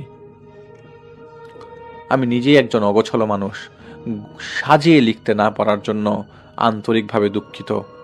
আমি মৃণাল কান্তি সেন, রংপুর থেকে বলছি। এই মুহূর্তে আমার সঙ্গে আছেন আপনাদের অত্যন্ত পছন্দের একজন মানুষ, যিনি হচ্ছেন আফনান ভাই। তাকে আমি বলেছিলাম এবং তিনি একটা ঘটনা পাঠিয়েও দিয়েছেন। তার সেই ঘটনাটি আমি এখন আপনাদের জন্য প্লে করছি। আশা করছি আপনাদের সবার ভালো লাগবে। চলুন শুনে আসি আফনান ভাইয়ের ঘটনাটি। প্রিয় লিসেনার্স, আসসালামু আলাইকুম। আমি আফনান, আশা করি সবাই ভালো আছেন, সুস্থ আছেন। এখন যার ঘটনাটি আমি শেয়ার করব, উনি কিন্তু এর আগেও আমাদেরকে বেশ কয়েকটি ঘটনা দিয়েছিলেন এবং সেগুলো আমরা প্রচারও করেছি। ওনার নাম মাহিদ হোসেন শাহাদাত। ওনার বাড়ি খুলনার হাফিজনগরের সোনাডাঙ্গা এলাকায়। চলুন ঘটনায় চলে যাই। এই ঘটনাটি মূলত উনি সংগ্রহ করেছিলেন ওনারই কাছের এক ছোট ভাই, যার নাম হলো পারভেজ, তার কাছ থেকে। আর পারভেজকে যিনি ঘটনা দিয়েছিলেন তার আপন বড় বোনের হাজবেন্ডের সাথে ঘটনাটি ঘটেছিল। আর পারভেজকে যিনি ঘটনাটি দিয়েছেন তার নাম হলো গালিব, মানে গালিব ভাই দুলাভাইয়ের সাথে ঘটনাটি ঘটেছিল আর কি। এই গালিব ভাইয়ের দুলাভাইয়ের নামটা আমরা সঙ্গত কারণে বলছি না, যেহেতু বিষয়টা বেশ স্পর্শকাতর হতে পারে এই জন্য। তো গালিব ভাইয়ের দুলাভাইয়ের নিজ বাড়িটা ছিল ঢাকার সাভারে, আর ওনার ব্যবসা ছিল চিটাগাং শহরে। তো উনি চিটাগাং থেকে ব্যবসা বাণিজ্য করতেন, প্রতি মাসে 3-4 বার করে বাড়িতে আসা যাওয়া করতেন। ওনার নিজের একটা প্রাইভেট কার ছিল, উনি সবসময় নিজেই ড্রাইভ করে যাতায়াত করতেন। ঘটনাটি ঘটেছিল মূলত তার রাতের বেলা, যখন আসা যাওয়া করার প্রয়োজন হতো, সবসময় তো আসা যাওয়া করতেন ওই যাতায়াতের পথের একটি জায়গায়। এই ঘটনাটি ঘটেছিল 2010 সালে, তখন বেশ গরম পড়েছে। তখন কিন্তু এই যেই ঢাকা চট্টগ্রাম যে 4 লেনের যে হাইওয়েটা, এই হাইওয়েটা তখনও এভাবে কমপ্লিট হয়নি। যেদিন রাত্রে ঘটনাটি ঘটে উনি প্রতিবারের মতো ওই নিজ গাড়ি চালিয়ে বাসায় ফিরছিলেন। ঢাকা ক্রস করে কুমিল্লার চিটাগাংয়ের কোনো একটি জায়গায় তখন উনি ছিলেন। হঠাৎ করে ওনার পানির পিপাসা পায়। উনি কিন্তু সবসময় গাড়িতে পানি রাখতেন, কিন্তু ওই দিন কোনো একটা কারণে উনি ভুলে গিয়েছিলেন বা চিন্তা করেছিলেন আছে তো পানি, এই জন্য বিষয়টা মাথায় ওইভাবে নেন নাই। উনি গাড়ি চালাতে চালাতে যখনই ওনার পাশে থাকা একটা জায়গায় হাত দেন যেখানে সাধারণত পানি থাকে, দেখলেন যে বোতল আছে কিন্তু বোতলে পানি নাই। তখন ওনার মনে পড়লো, আরে আমি তো পানি আনতে ভুলে গেছি। বেশ টেনশনেও পড়ে যান, কি করবেন এখন। তখন রাত আনুমানিক 2টো কি 3টা বাজে এমন। 2010 সালে ওই সময় কিন্তু এখন যেরকম আলোক উজ্জ্বল দেখা যায়, একটু দূরে দূরে বিভিন্ন হাইওয়ে রেস্টুরেন্টগুলো, ছোট ছোট দোকানগুলো, তখন কিন্তু এরকমটা ছিল না। এরকম 4 লেনের রাস্তা তো তখন হয়নি। তখন দোকানপাট যা দেখা যেত খুবই কম দেখা যেত। অনেক দূরে দূরে দু একটা চায়ের দোকান দেখা যেত, অনেক দূরে দূরে নির্দিষ্ট জায়গায় শুধু হাইওয়ে রেস্টুরেন্টগুলো ছিল। তো উনি যেই জায়গাতে ছিলেন বা যেই জায়গাতে এসে ওনার খুব পিপাসা পায়, ওই জায়গায় একদম নীরবতা বিরাজ করছিল, কিচ্ছু নাই এমন একটা অবস্থা আর কি। উনি গাড়ির গ্লাসে চোখ রেখে গাড়ি চালাচ্ছেন, আশেপাশে ঘর বাড়ি আছে কিনা উনি দেখার চেষ্টা করছেন, যে গাড়িটা একটা পাশে থামিয়ে হয়তো সেই ঘর বাড়ি থেকে উনি পানি চাইবেন আর কি। এত পানি পিপাসা চেপেছে যে ওনার মনে হচ্ছে বুকের ছাতি ফেটে যাবে। এত পানি পিপাসা কিন্তু সাধারণত চাপে না, কিন্তু ওনার কোনো এক কারণে এত তেষ্টা পেয়েছিল। উনি যখন গাড়ি নিয়ে যাচ্ছিলেন উনি খালি দেখতে পাচ্ছেন দুই পাশে শুধু বড় বড় গাছগাছালি এগুলো। তো গাড়ি চালাতে চালাতে উনি ডিসাইড করেন যে না, আর আমি গাড়ি চালাতে পারবো না, পানি তেষ্টা হয়তো বা মরেই যাব, এখন কোনোভাবেই গাড়ি চালানো সম্ভব না। উনি ডিসাইড করেন যে উনি গাড়ি থেকে নামবেন, দেখবেন আশেপাশে পুকুর বা পানির কোনো উৎস পাওয়া যায় কিনা। উনি আবার দেখার চেষ্টা করছেন আশেপাশে যদি কোনো মসজিদ পাওয়া যায়, তো মসজিদও তো কল থাকে, সেখান থেকেও পানি নিতে পারবেন। কিন্তু না, এমন কিছুই উনি দেখতে পাচ্ছিলেন না। উনি গাড়িটা একপাশে থামিয়ে নিরাপদ জায়গায় গাড়িটা রেখে নামেন, নেমে পানির উৎস খুঁজতে থাকেন। তো পানির উৎস খুঁজতে গিয়ে উনি হাঁটাহাঁটি শুরু করে দেন। চিন্তা করেছেন কোনো পুকুর টুকুর যদি পাশে পড়ে উনি বোতলে সেই পানি ভরে নেবেন। খুব বেশিক্ষণ কষ্ট করতে হয় নাই, 2-3 মিনিট হাঁটার পর একটা পুকুর উনি পেয়েও যান। তো উনি পুকুরের দিকে তাকিয়ে দেখেন যে চারপাশ বেশ আলোকিত, কারণ ওই দিন আবার চাঁদনি রাত ছিল। পুকুর পাড়টা বেশ আলোকিতই ছিল, পানিগুলোও বেশ ঝলমলে অবস্থায় ছিল আর কি।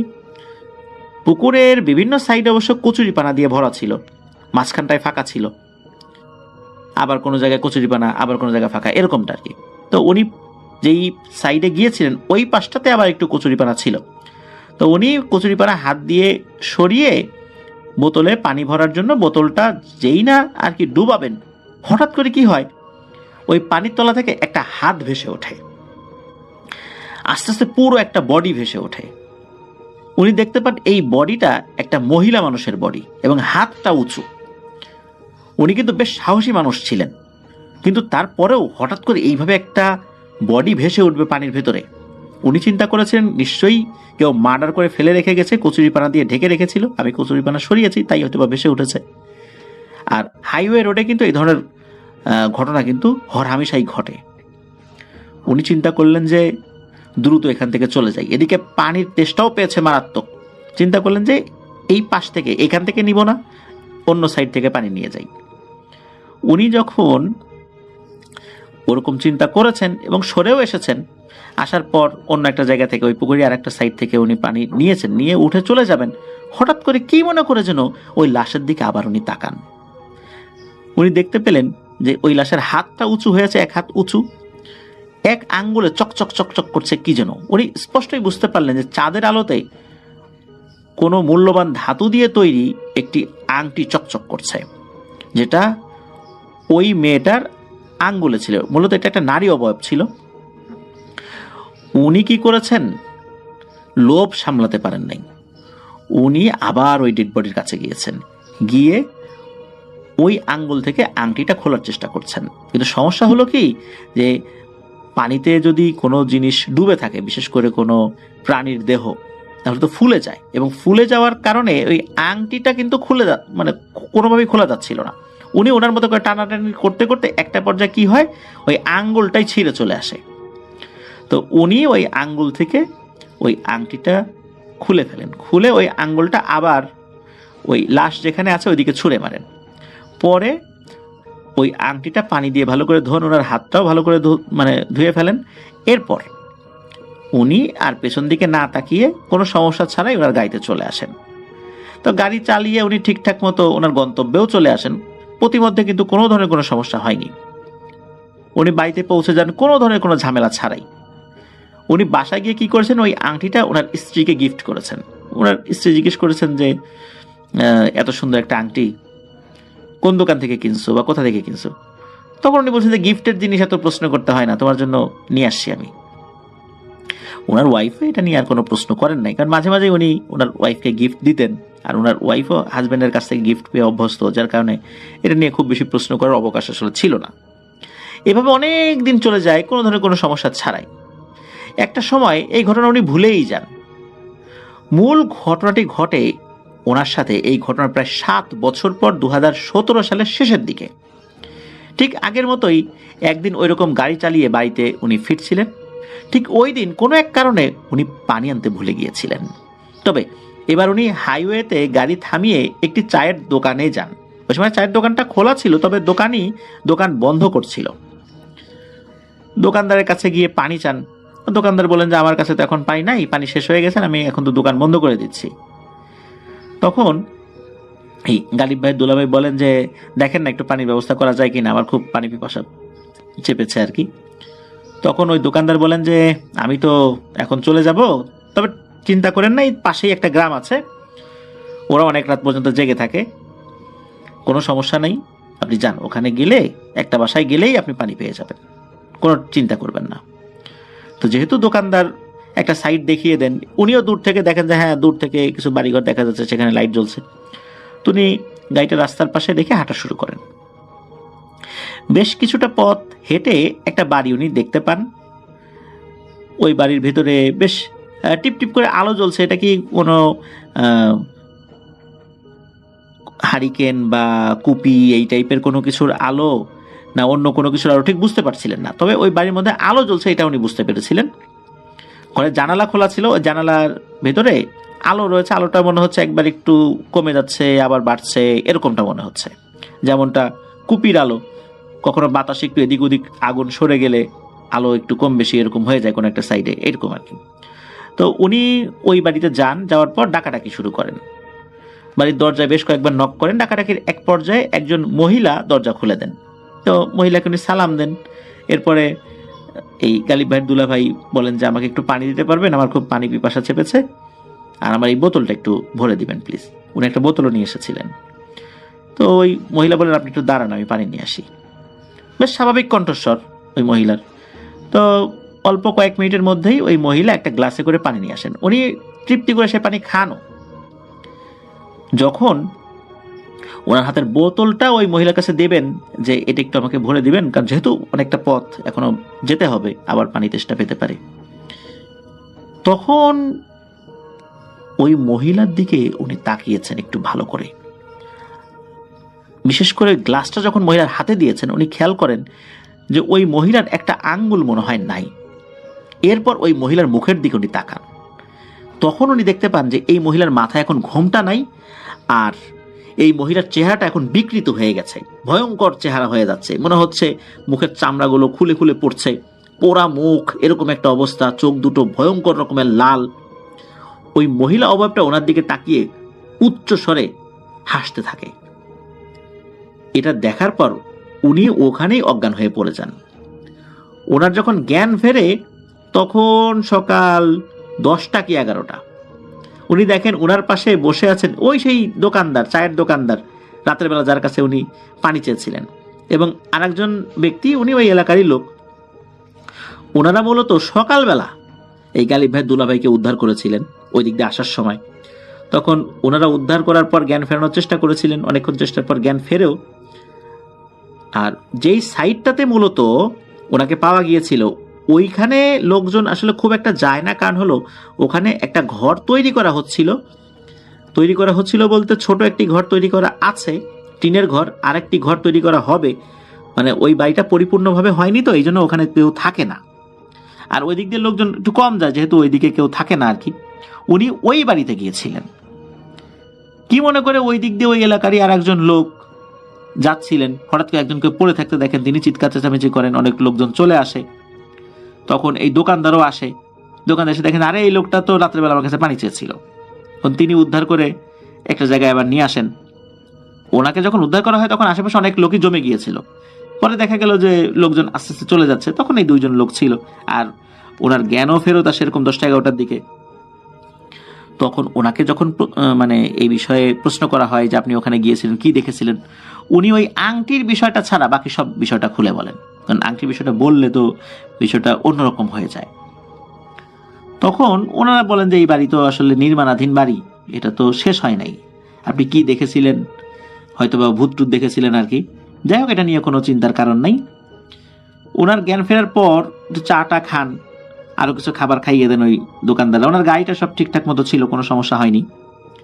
উনি এরপরে বাড়িতে চলে আসেন। বাড়িতে চলে আসার পর ওই দিন থেকেই ওনার কিন্তু প্রচন্ড জ্বর, আর জ্বর ভালো হয় না, জ্বর ভালো হয় না, ভালো হয় না। সপ্তাহখানিক চলে যায়, মাস চলে যায়। এরপরে আর একটা সমস্যা দেখা দেয়, সেটা হলো ওনার ওয়াইফ স্বপ্নে একটা ভয়ঙ্কর অবয়ব দেখেন, একটা কুৎসিত একটা নারী অবয়ব, ভয়ঙ্কর একটা অবয়ব। সেই অবয়বটা বলছে, তোর স্বামীকে বল আমার আংটি ফিরিয়ে দিতে। উনি ঘুম থেকে ওঠার পর ওনার স্বামীকে বলেন যে এই আমি এরকম একটা স্বপ্ন দেখলাম, একটা ভয়ঙ্কর অবয়ব বলছে যে আংটি ফিরাই দিতে। উনি বললেন যে আরে কিছু না, বিষয়টা আসলে এড়িয়ে গিয়েছিলেন আর কি। কিন্তু প্রতিদিন এরকম স্বপ্ন উনি দেখতে থাকেন, বিশেষ করে গালিব ভাইয়ের বোন আর কি স্বপ্ন দেখছেন। এরপর একটা পর্যায়ে এসে এই গালিব ভাই দুলা ভাই এই সব কথা ওনার স্ত্রীকে খুলে বলেন। ওনার স্ত্রী এটা শোনার পর খুব বকাঝকা করেন যে এরকম একটা কাজ করছো তুমি, একটা লাশের আঙ্গুল থেকে তুমি আংটি নিয়ে আসছো, এটা তো মোটেও ভালো কাজ হয় নাই, দ্রুত এটা ফেরত দাও। দিনের বেলাতেই, মানে ওই দিন দিনের বেলাতেই উনি গাড়ি চালিয়ে, যদিও ওনার শরীরে জ্বর ছিল, জ্বর তো ভালো হচ্ছে না, দিনের বেলাতে গাড়ি চালিয়ে যেই জায়গাটা উনি ফাইন্ড আউট করেছিলেন যে এই জায়গা হবে, এরকম বেশ খানিকক্ষণ খোঁজাখুঁজি করতে হয়েছিল, কারণ রাতের বেলা তো কোন পুকুর, তো যাই হোক উনি শনাক্ত করতে পেরেছিলেন কোন পুকুরটা, কারণ 7 বছরে তো অনেক কিছু চেঞ্জ হয়ে গেছে। কারণ 7 বছরে তখন কিন্তু এই যে 4 লেনের হাইওয়ে হয়ে গিয়েছে আর কি এখানে, তো হুট করে দেখলে তো অনেক কিছু চেনা যাবে না, আগের গাছপালাও তো রাস্তার পাশ থেকে কেটে ফেলা হয়েছে। যাক আল্লাহর রহমতে উনি চিনতে পেরেছিলেন, সেই পুকুরটা শনাক্ত করতে পেরেছিলেন, সেখানে ওই আংটিটা উনি ফেলে দিয়ে আসেন। অদ্ভুত ব্যাপার, এরপর থেকে উনি আস্তে আস্তে সুস্থ হয়ে যান, পরিপূর্ণ সুস্থ, আর জ্বর ছিল না। আর ওনার স্ত্রীও আর কোনো স্বপ্ন দেখেন না, কোনো ধরনের কোনো কবিরাজি চিকিৎসা বা ঝাড়ফুঁক ছাড়াই আল্লাহর রহমতে ওনারা সুস্থ হয়ে গিয়েছিলেন। তবে একটা খটকা রয়েই যায় গালিব ভাই দুলা ভাইয়ের মনে, যে আসলেই কি উনি কোনো লাশের শরীর থেকে আংটি নিয়ে এসেছিলেন নাকি অন্য কোনো ব্যাপার ছিল। উনি পরবর্তীতে লোক লাগিয়ে ওই এলাকায় একটা তল্লাশি চালিয়েছিলেন যে আসলেই ওইখানে কোনো অপহরণের কোনো ঘটনা ঘটেছিল কিনা, কোনো লাশ উদ্ধার হয়েছিল কিনা, এই টাইপের কোনো ঘটনা ওই এলাকায় ঘটেছিল কিনা। কিন্তু না, খোঁজ নিয়ে জানা যায় ওই পুকুরে বা অত্র এলাকায় এই ধরনের কোনো ঘটনাই ঘটে নাই, কোনো লাশও পাওয়া যায় নাই। তাহলে বোঝা যায় যে ওটা মূলত কোনো লাশ ছিল না, ওটা সত্যি কোনো প্যারানরমাল বিষয় ছিল। আরও একটা ঘটনায় চলে যাব আমরা, এবং এই ঘটনাটা একটা অডিও ক্লিপ। চলুন শুনে আসি অডিও ক্লিপটি। আশা করছি এই অডিও ক্লিপটিও আপনাদেরকে অনেক অনেক আনন্দ দেবে। চলুন শুনে আসি। হ্যালো লিসেনার্স, আসসালামু আলাইকুম। আমি রিপন, লালমনিরহাট থেকে। আজকে যে ঘটনাটা আমি আপনাদের কাছে শেয়ার করব, সেই ঘটনাটা পাবনা জেলার পাকশীতে ঘটে যাওয়া একটি ঘটনা। ইতিমধ্যে আপনারা সবাই আফনান ভাইয়ের পাকশী কেন্দ্রিক একটি ঘটনা শুনেছেন। এই আমার যে ঘটনাটা, সেই ঘটনাটা সেখানকার। আমি চেষ্টা করব যিনি আমাকে পাঠিয়েছেন, আমি তার মতো করে আপনাদের কাছে শেয়ার করার। পাবনার পাকশীতে পদ্মা নদীর উপরে দাঁড়িয়ে থাকা হার্ডিস ব্রিজ আর লালন শাহ সেতু নিয়ে লোকমুখে যে কত শত গল্প প্রচলিত আছে তার কোনো হিসাব নাই। বিশেষ করে ব্রিটিশ আমলে সেই বিশাল লোহার হার্ডিস ব্রিজটি যেন এক জীবন্ত ইতিহাস, যার প্রতিটি গার্ডার আর পিলারের ভাঁজে ভাঁজে লুকিয়ে আছে গা ছমছমে রহস্য। এই ঘটনাটি আজ থেকে প্রায়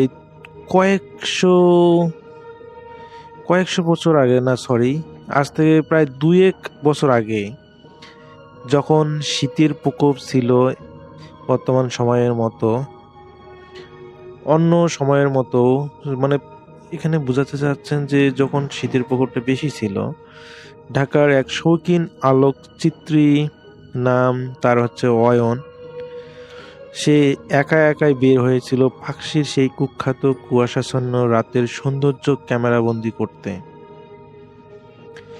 অয়ন জানতো যে রাতে ওই ব্রিজের উপর ওঠা নিষেধ, কারণ এলাকাবাসীরা জানতো যে এখানে অনেক ভৌতিক ঘটনা ঘটে, যার কারণে এলাকাবাসীরা রাত্রেবেলায় যেন কেউ এইখানে এসে অবস্থান করে বা এর উপর দিয়ে না যায়, এই জন্য আসলে এলাকার মানুষেরা একটা সতর্কমূলক ওটা নিষেধ নামে তারা সাইনবোর্ড পাশে রেখে দিয়েছিল। কিন্তু তার ভিতরে অ্যাডভেঞ্চারের নেশায় প্রবল ছিল অয়ন। সে যখন পাকশী রেলওয়ে স্টেশনের সেই পুরনো গেস্ট হাউসে পৌঁছালো, তখন রাত প্রায় 12টা। চারপাশে অনেক নিস্তব্ধ, কোনো আওয়াজ নেই, একদম নীরব। মাঝে মাঝে শুধু রেলওয়ে এয়ারক্রেটের কামরাগুলোতে নড়াচড়া আর কুকুরের কান্না শোনা যাচ্ছিল। অয়ন তার ক্যামেরা ব্যাগ গুছিয়ে নিয়ে চুপি চুপি রেল লাইন ধরে হার্ডিস ব্রিজের দিকে এগোতে থাকলো। কুয়াশা এতটা ঘন ছিল যে নিচের হাতটাও দেখা যাচ্ছিল না, আর বাতাসের শব্দ মনে হচ্ছিল ব্রিজের লোহার খাঁচাগুলো যেন কারোর সাথে ফিসফিস করে কথা বলছে। ব্রিজের ঠিক গোড়ায় পৌঁছানোর পর অয়ন অনুভব করলো বাতাসের তাপমাত্রা হুট করে অনেক নিচে নেমে গেছে, আর এত প্রবল ঠান্ডা লাগা শুরু হচ্ছে যে বলার বাইরে। সেই সাথে একটা উৎকট পোড়া তেলের গন্ধ নাকে আসতেছে। সে যখন ব্রিজের প্রথম স্প্যান বা ধাপের উপর পা রাখলো, তখন নিচ থেকে বয়ে যাওয়া পদ্মা নদীর পানির কোনো শব্দ শোনা যাচ্ছিল না, যেন পুরো নদীটা জমে গেছে বরফে, যার কারণে কোনো স্রোতের শব্দ শোনা যাচ্ছে না। অয়ন তার টর্চটা আলো ফেললো এবং সামনে এগোচ্ছিল, কিন্তু কয়েক পা সে যেতেই হঠাৎ করে সে থেমে গেল। সে শুনতে পেল তার পেছনে কেউ একজন খুব ভারী বুট পরে লোহার পাতের উপর দিয়ে হেঁটে আসতেছে, এমন একটা শব্দ সে পাচ্ছে। শব্দটা খুব ছন্দময়, যেন একদম তাল মেপে মেপে আসতেছে। অয়ন দ্রুত পিছনে ঘুরে টর্চ লাইটটা মারলো, কিন্তু কুয়াশার চাদরে ঢাকা আর কিছুই দেখতে পেল না। সে অনুভব করলো যে সে সময় এতটাই কুয়াশা পড়তেছিল যে টর্চ লাইটের আলোতে সামনে কিছু দূরও দেখা যাচ্ছিল না। সে ভাবলো হয়তো রেলওয়ের সিকিউরিটি কেউ হবে, তাই সে আড়ালে লুকানোর চেষ্টা করলো, কিন্তু শব্দটা হুট করে থেমে গেল। অয়ন যখন আবার হাঁটা শুরু করলো, সেই বুটের শব্দটা আবার শুরু হলো। এবার মনে হলো শব্দটা একটা নয়, বরং অনেকগুলো মানুষের পায়ের শব্দ। অয়ন তখন ভয় পেতে শুরু করলো যে এটা কিভাবে সম্ভব। আমি যখন হাঁটতেছি তখন সেই শব্দটাও মনে হচ্ছে যে হাঁটতেছে, অথচ সে আশেপাশে টর্চ লাইট দেখলে কোনো কিছুই দেখতে পাচ্ছে না। সে খুবই ভয় পেল। সে হার্ডিস ব্রিজের মাঝখানে একটি পিলারের কাছাকাছি এসে পৌঁছানোর পর দেখলো রেল লাইনের উপর একটি ম্যানুয়াল ট্রলি দাঁড়িয়ে আছে, যা ব্রিটিশ আমলে রেল কর্মীরা ব্যবহার করত। টলিটার উপরে কি আসলে কেউ নেই, কিন্তু সেটা নিজে থেকেই ধীরে ধীরে নড়ছে। অয়ন অবাক হয়ে ক্যামেরার ফ্ল্যাশ দিয়ে একটি ছবি তুলল। ফ্ল্যাশের সেই এক মুহূর্তের আলোতে সে যা দেখলো তাতে তার রক্ত হিম হয়ে গেল। সে দেখলো টলিটির চারপাশে 4 জন মানুষ দাঁড়িয়ে আছে, যাদের পরনে খালি রঙের পুরনো ব্রিটিশ ইউনিফর্ম, কিন্তু তাদের কারোরই ঘাড়ের উপর মাথা নেই। এটা দেখে অয়ন এতটা পরিমাণ ভয় পায় যে সে কি করবে সে বলতে পারতেছে না। সে আরো যেটা দেখলো যে সেই মানুষগুলো, মাথাবিহীন মানুষগুলো সে টলিটা ঠেলতেছে, বরং টলিটি তার শরীরের ভিতর দিয়ে পার হয়ে যাচ্ছে। কিন্তু সে মানুষগুলো মানে এতটা অবয়বের মতো, সে যখন দেখলো যে টলিটা হলো সেই মানুষগুলো যখন ঠেলতেছে, আর তো সামনে থাকা মানুষগুলোর উপর দিয়ে সেই টলিটা যাওয়ার পরও দেখা যায় সেই মানুষগুলো সেখানেই ঠাই দাঁড়িয়ে আছে, মনে হচ্ছে মানুষের ভিতর দিয়ে সেই টলিটা যাচ্ছে। এটা দেখে অয়ন বুঝতে পারলো যে এগুলো কোনো স্বাভাবিক মানুষ না, এগুলা অস্বাভাবিক কিছু, এবং সে অস্বাভাবিক একটা সমস্যার মধ্যে পড়েছে।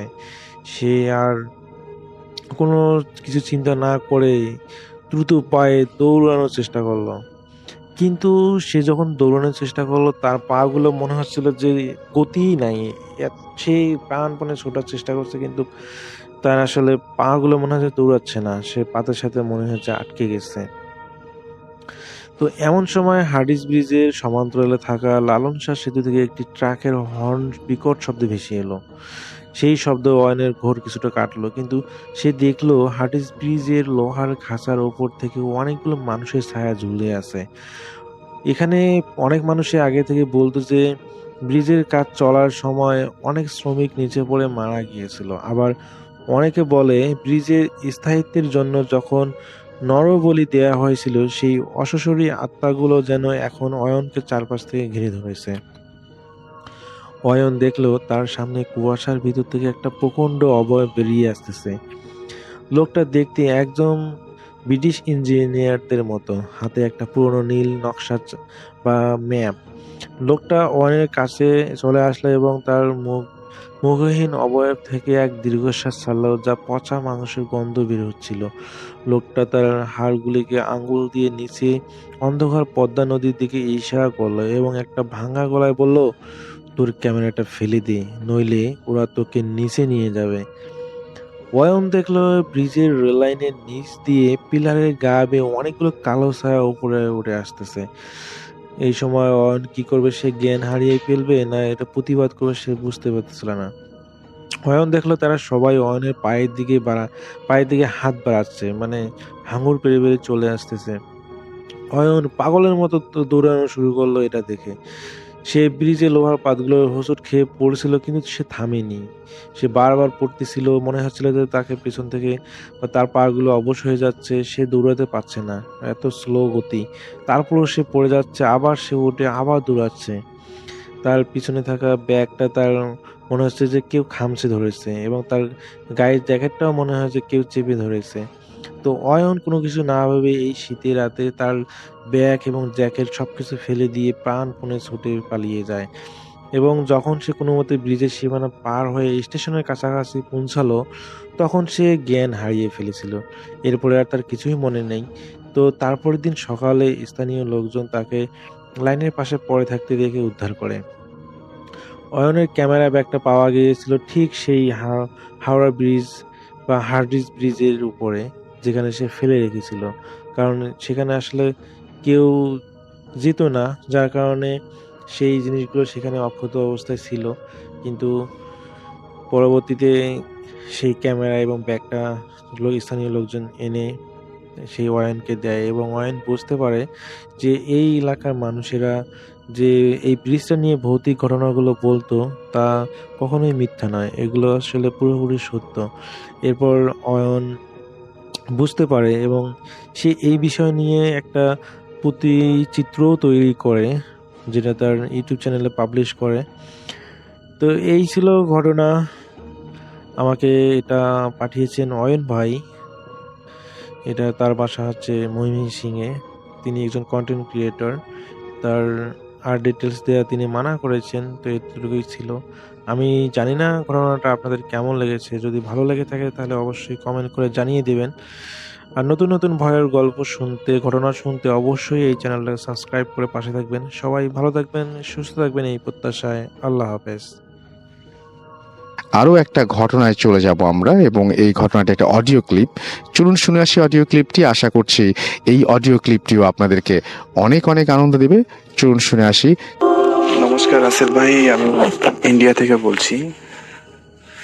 আমি একটা ছোট্ট ঘটনা শেয়ার করতে চাই, যদি ভালো লাগে আপনি শোনাবেন। আমি অনেক দিন ধরেই মুহূর্তে ফেমে শুনি, লগভগ 8-9 বছর হয়ে গেছে।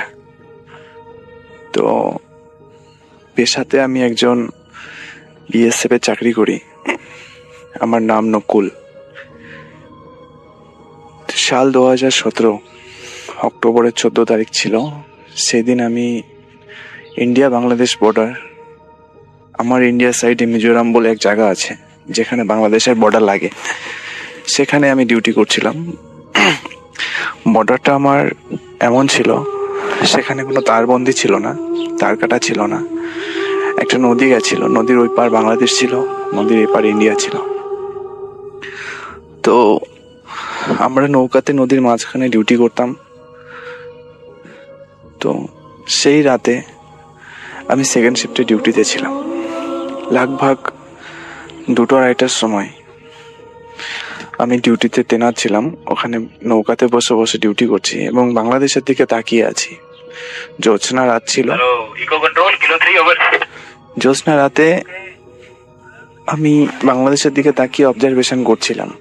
তো এমন সময় দেখি নদীর ওই পাশ থেকে দুজন মানুষ কাঁধে একটা ঝোলা নিয়ে সে আস্তে আস্তে বাংলাদেশের সাইডের যে নৌকাগুলো আছে সেই নৌকার দিকতে চড়ে আসছে।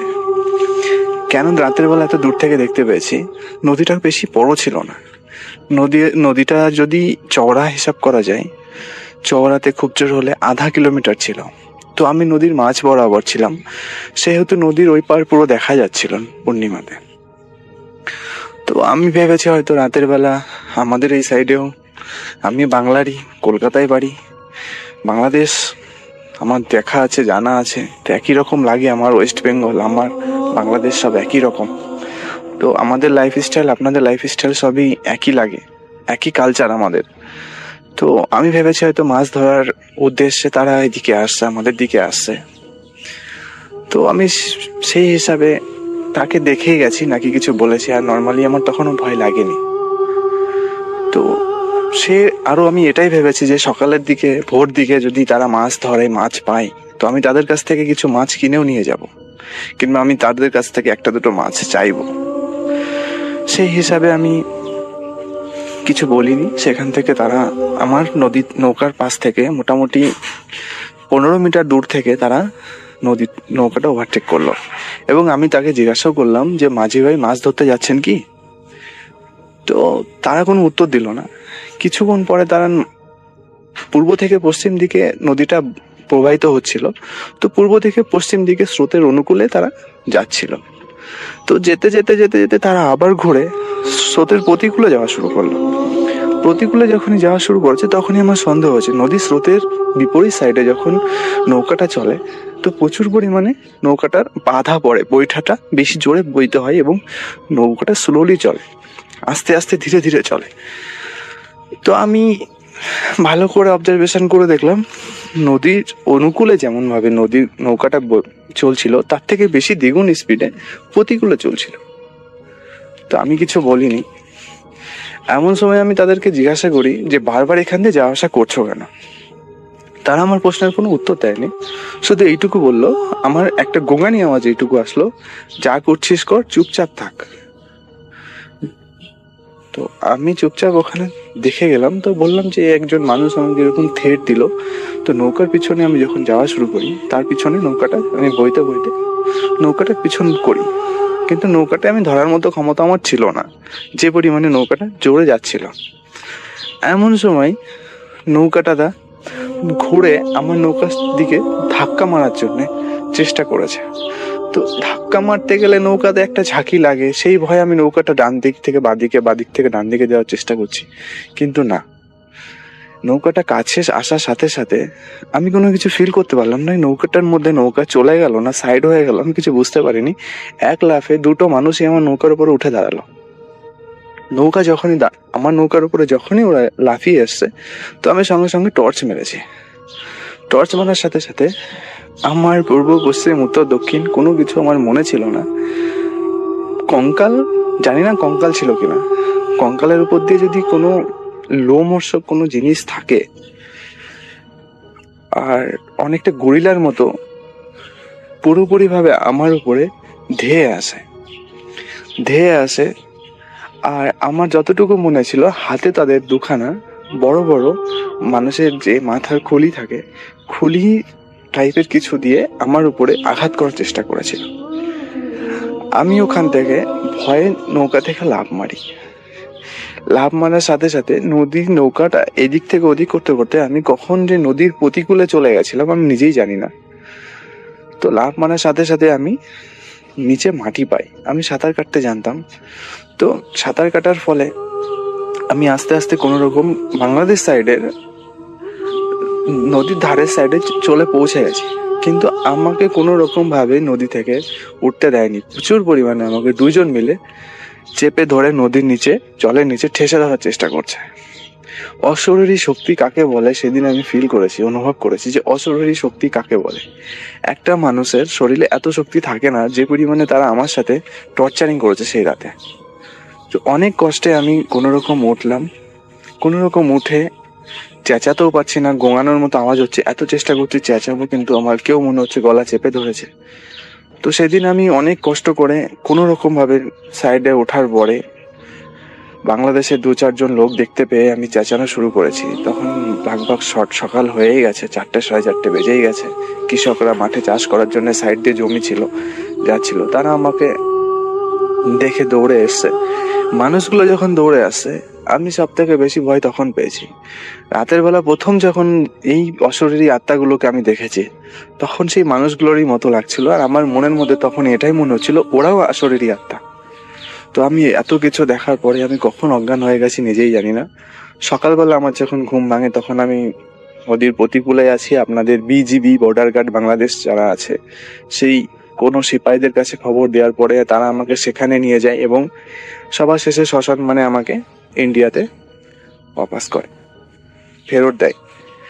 তো আমার এই ছোট ঘটনা এতটাও ভয়ানক ছিল কিনা জানি না, আপনার ভালো লাগলে আপনি শেয়ার করবেন। আর এটা আমার সাথে সত্যি সত্যি ঘটেছে, আর যেটা সত্যি আমি সেটাই আপনাকে শেয়ার করলাম। কে বিশ্বাস করলো না করলো সেটা আমার তো কোনো সমস্যা নেই, তাতে কোনো প্রবলেম নেই। কিন্তু যেটা আমার লাইফের সাথে ঘটেছে, চাই সেটা ভয়ানক হোক কিংবা খারাপ হোক কি ভালো হোক কি কম ভয়ের হোক, বাট যেটা ঘটেছে আমি আপনাকে সেটাই শেয়ার করলাম। ভালো লাগলে আপনি শেয়ার করবেন। Thank you. এই মুহূর্তে আমার সঙ্গে আছেন আপনাদের অত্যন্ত পছন্দের একজন মানুষ, যিনি হচ্ছেন আফনান ভাই। তাকে আমি বলেছিলাম এবং তিনি একটা ঘটনা পাঠিয়েও দিয়েছেন। তার সেই ঘটনাটি আমি এখন আপনাদের জন্য প্লে করছি। আশা করছি আপনাদের সবার ভালো লাগবে। চলুন শুনে আসি আফনান ভাইয়ের ঘটনাটি। প্রিয় লিসেনার্স, আসসালামু আলাইকুম।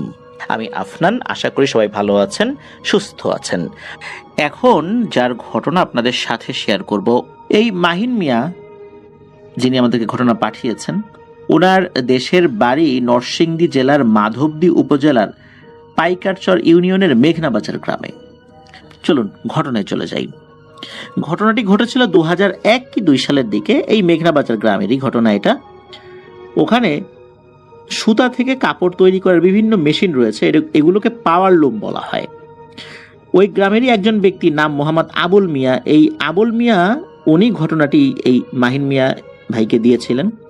তো যার সাথে ঘটে তার নাম হচ্ছে আব্দুল্লাহ। এই 2001 কি 2 সালে এই আব্দুল্লাহ পাওয়ার লুমে কাজ করতেন। আর ওই সময়ে নরসিংদীতে বিদ্যুৎ সাপ্লাই এখন যেরকমটা রয়েছে, আগে এতটা ছিল না। ঘন ঘন ইলেকট্রিসিটি চলে যেত, রাতের বেলা প্রায়শই ইলেকট্রিসিটি চলে যেত। আর পাওয়ার লুম কিন্তু এটা 24 ঘন্টাই কাজ করতে হতো আর কি।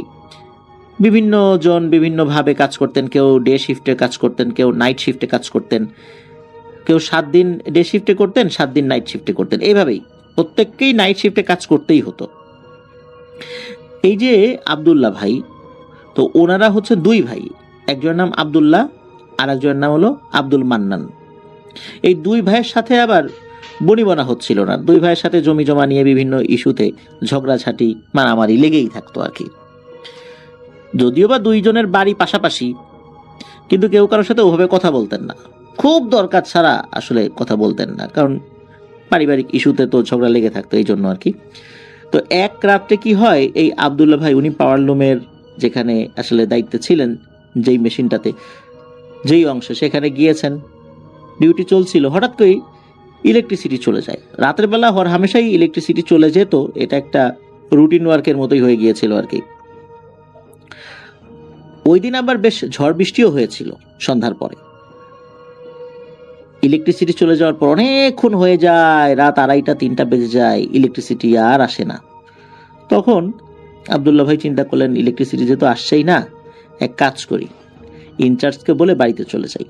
তো উনি ইনচার্জকে বলে বাড়ির দিকে রওনা দিয়েছেন। বাড়িটা খুব বেশি দূরে না, বাড়িতে যাওয়ার পথে একটা মোটামুটি ছোট একটা রাস্তা পাড়ি দিতে হয় 10-15 মিনিটের, এরপরেই ওনার বাড়ি। উনি যেই পথ দিয়ে রওনা দেন, ওনার হাতে একটা টর্চ লাইট ছিল। উনি যখন হেঁটে হেঁটে আসছিলেন রাতের বেলা একা একা, একটা আম গাছের কাছে আসেন, অনেক পুরনো আম গাছ ওটা। ওনার কাছে মনে হলো যে ওই আম গাছটা নড়ছে।